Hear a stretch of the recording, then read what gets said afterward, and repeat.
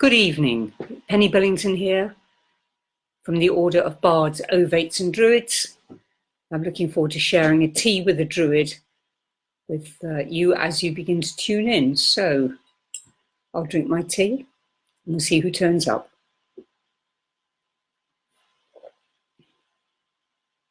Hi Jules, Jackie, Red, wonderful. Remember to say where you're from so we get a whole idea of this global community that meets in this magical way every Monday. Usually courtesy of Philip Carr-Gomm, of course, but I'm here tonight. Hi, Dean. Oh, Ellie, Mark-Elaine, lots of people. And it's 8 o'clock now. So while other people join and begin to tell us where they're from, I'll just mention that I was thrilled to bits to be asked to do this one tonight because I listened to an article on the radio and it was so exciting. I thought I really want to share those ideas. That's why I've given this Tea with the Druid the title, grandiose title of The Psychology of Happiness and Well-Being. Not something I'm an expert in, but something that I'm very interested in, of course, as all Druids are. I have a chai tonight. Lovely. Quite a few people now, so let's get started. So, I've called this talk the Psychology of Happiness and Well-Being because the professor who gave the original talk, that is his specialist subject. Now, I think a lot about Druidry, a huge amount, but I don't often think about thinking. The science of thinking, the psychology of thinking, the way we do it, and how we can perhaps regulate our thinking in order to have the best possible experiences. This guy's done all the research on that, and his name, if I can remember it, is Daniel Kahneman. Daniel Kahneman. Some of you who are therapists and psychologists have doubtless heard of him. So, with all the other people checking in now and saying good evening and sending friendly messages, what does Daniel say about the psychology of happiness and well-being? Well, the first thing is really simple, and I'm sure it's occurred to most of you, but we have two selves. The one is the experiencing self, and the other is the remembering self. No problem. They should both work together perfectly, shouldn't they? We experience something, we remember it. What could possibly be tricksy about that? Except it really is.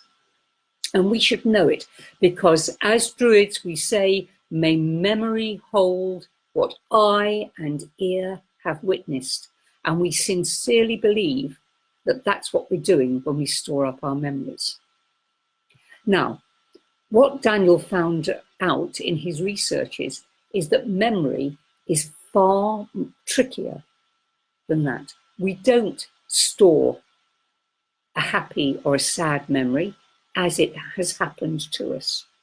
What happens is that the memory is governed by an emotional response,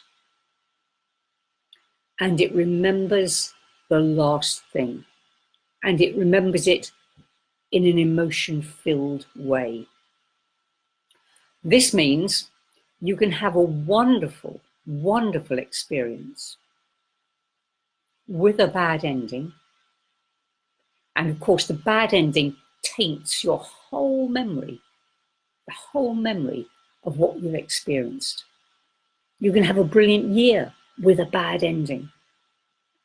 And you say, oh, 20, whatever the number of the year is, that was my bad year, because the one bad thing that happened. So your emotional memory is not a true reflector of the experience you have had. What a strange idea that is. It's really worth pondering. If we can't trust our memories to give us good feedback, what can we trust? Well, we can be aware of it, of course. Let's see what else he says. How we feel about our memories does not correspond to the essential aspects of the experience. Now, with Druidry, we're often asked to review things, to review our experiences. And I think, in a way, this is a training ground for trying to marry up the experience and the memory. So that by reviewing and going over an experience from the beginning all the way through in a linear way to the end, we're reminding ourselves perhaps of the truer experience than the emotional tug at the end. It's also interesting if we ever do things for other people, if we make an event for other people, it's worth knowing what they will hold on to. It doesn't have to be a Druid experience. It can be an anniversary party for your parents. What they will remember is the emotional ending. What people that we marry as Druids will remember is how it finishes, as well as key points through the ceremony, of course. So if ever we're doing something for other people, we owe it to them to create a wonderful memory and experience by making sure the ending is great. If you sing a song at an Eisteddfod and you're not too sure about the song, what most of us do is practice and practice and practice the beginning. But everyone will forgive a rough beginning and they'll forget all about it if you have a brilliant ending. So perhaps we ought to just practice the ending of our songs, make sure we can get off with the applause ringing in our head. What else does he say? He asks a very interesting question, this Daniel Kahneman, that it's his ideas I'm thinking about at the moment, and his psychology of happiness and well-being. Because he started doing his research by thinking that the way to make people happy is to give them good experiences. But he changed his mind because he found out that is not what people want. I mean, they'd have to be mad not to want good experiences, but what overrides that is that people want their lives to be a good story. That's the important part. When you look back on your life, it should be a good story. And of course, Druids are very good at this because we think of the whole world in terms of relationship and in terms of story, don't we? I've got quite a nice anecdote about that. I heard years ago, we have an actress, or had an actress, she's died. Her name was Thora Hird, and she's the sort we would say is a national treasure. She's been going on for years. She had a career in television and films from the age of 18 to the age of about 86. And she was brought up at a time when parents did not spoil their children. They didn't praise them. They didn't say, well done. They didn't do anything that might spoil them. That was the upbringing of the day. So she went all through her professional career, and her dad came to see her in a play one night, and he was staying at her flat. And she went up to see him to say goodnight when he was in bed. I suppose he was an elderly man. And she went into his room and said, good night, see you in the morning, Dad. And he said, you know what, Dad? You did really well tonight. I'm really proud of you. Sleep tight, my duck. And of course, this is a true story. The old boy died that night. Now that's a wonderful story because it has a wonderful ending. But I just think, just suppose the man had died the night before and had never said that to his daughter. What would the story of her life and her relationship with her father have been had they not had that synchronicitous moment when he just managed to praise her before he died? It's interesting stuff, isn't it? Plenty to get your teeth into there, but let us remember that when we have experiences and when we have memories, Druids, of course, want the best of both. Now, the experience is in the now. It's me having another gin. I don't drink gin, but never mind. But the memory might be a very bad one because of that extra gin. So Druids tend to balance up the experience and what the memories will be all the way through their lives and through their Druidry. And I think that's a win-win situation. We're certainly going to do a short visualization in a minute where we'll have a little story and try and have a good experience and keep a good memory. I'll just see if there's one more thing I've missed out. Yeah. What makes people happy through experience, he pointed out, obvious to us, but it's worth saying, is primarily social. What makes us happy in our experience is time with people that we love. What makes people satisfied with their lives as a story is whatever they, you and I, mean by success, and by whatever we mean when we say we have a meaningful life. For a lot of us, that will mean a life with a spiritual component, a life that believes in more than the life of the five senses. And certainly, if we do meditation, it means a life that includes all the imaginal inner senses. And that's where we'll go now. If you're ready to, I think there's plenty of ideas to be getting on with, isn't it? So let's see. Oh, someone's saying hello from Stroud, and various other people are still clocking in, as they probably will all the way through this visualization. But for now, I invite you, if you would like to take a wander in the imaginal realms with me, to allow your eyes just to drift down. Close them if you'd like to. To take a breath with the earth beneath us, and the sky above us, and the green sea all around us. That is a magical formula that brings us into balance with the world.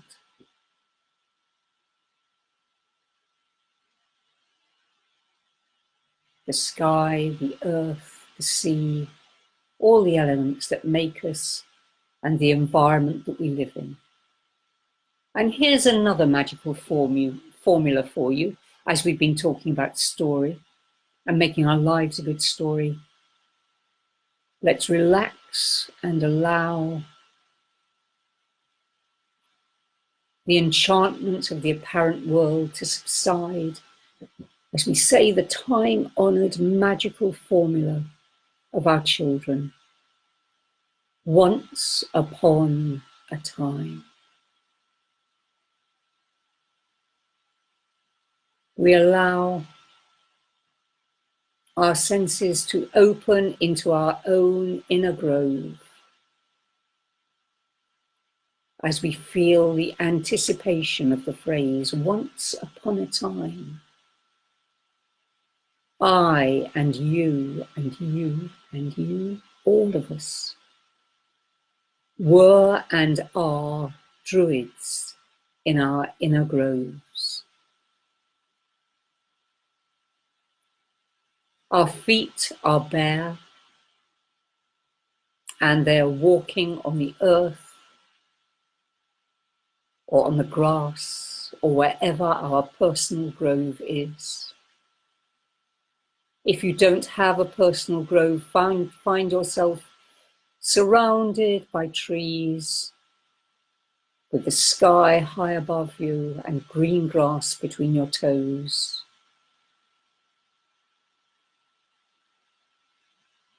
You are in the story of yourself as the Druid. Sit by the fire, a small fire in the centre of the glade. Hold your hands out to the heat and rub the warmth into them. And feel the blood flowing through your veins. And feel your lungs full of air. Your bones echo the bones of the land, and you are a part of the living landscape.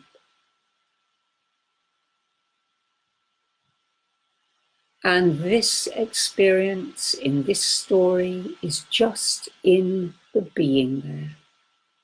There is no need to do anything else at all. Gaze at the deep red, the flicker of a blue flame or a purple or an orange flame. The wood slowly crumbling.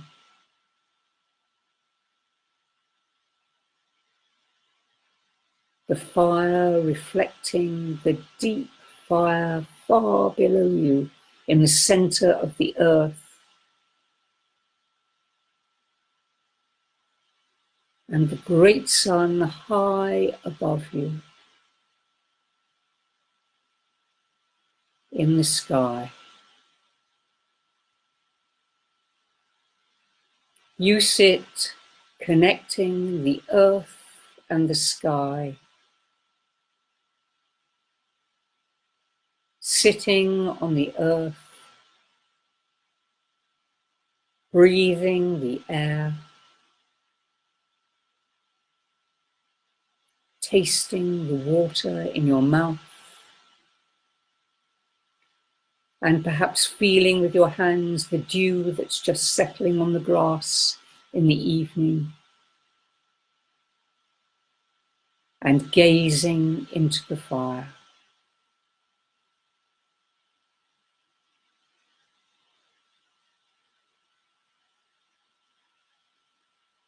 And allow your senses to be filled with those impressions. In this story, you are being given gifts. The gift of the earth beneath your feet. The gift of pure air.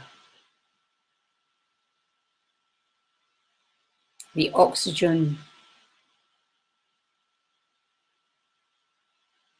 in this essence of pure air that the grove pours out in its respiration and transpiration.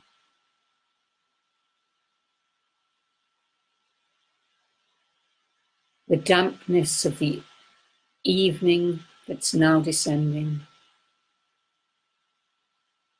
Feel it on your skin. And contrast that with the warmth of the fire.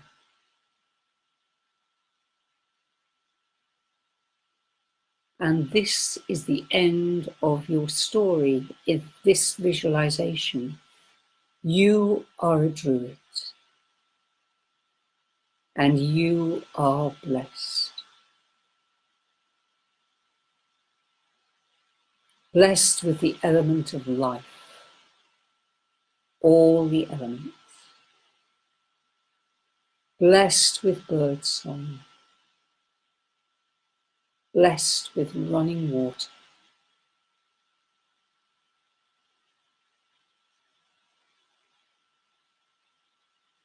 Blessed with the knowledge that you can store up this memory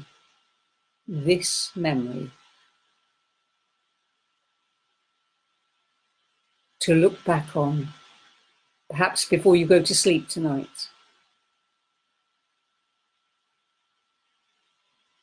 And to feel relaxed and refreshed and strengthened by the elements once again.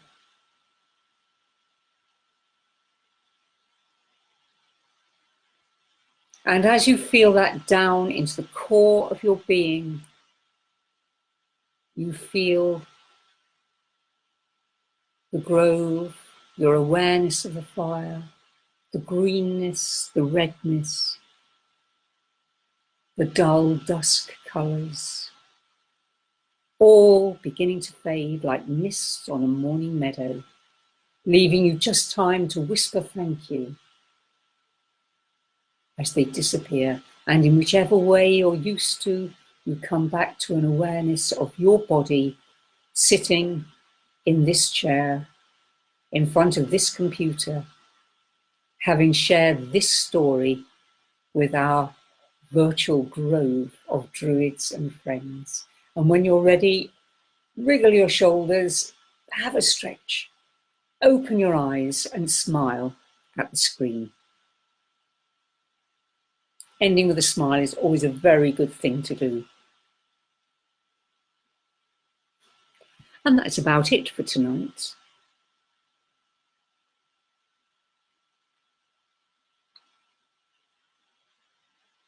Someone's just said the video has stuck. I do hope you found most of that. Let's just see. Let's see if we can get it back. I'm going to...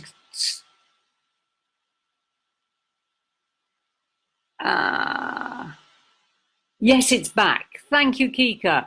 Yes, it's come back. I hope that you managed to have a nice visualization. I hope I haven't left you all in that lovely storybook grove where the leaves are always green and shiny and there's never a thorn to step on. If you haven't come back very happily yet, then please send thanks to the grove and feel yourself, stamp your feet, wriggle yourself and feel yourself well back with us, having had an enjoyable time. Just affirm that that has happened. How ironic that when I talk about the end of a good story, that is the night that the video freezes just as we reach the end. Anyway, we're back in the room now. Before I can go again, I'm going to say thank you very much for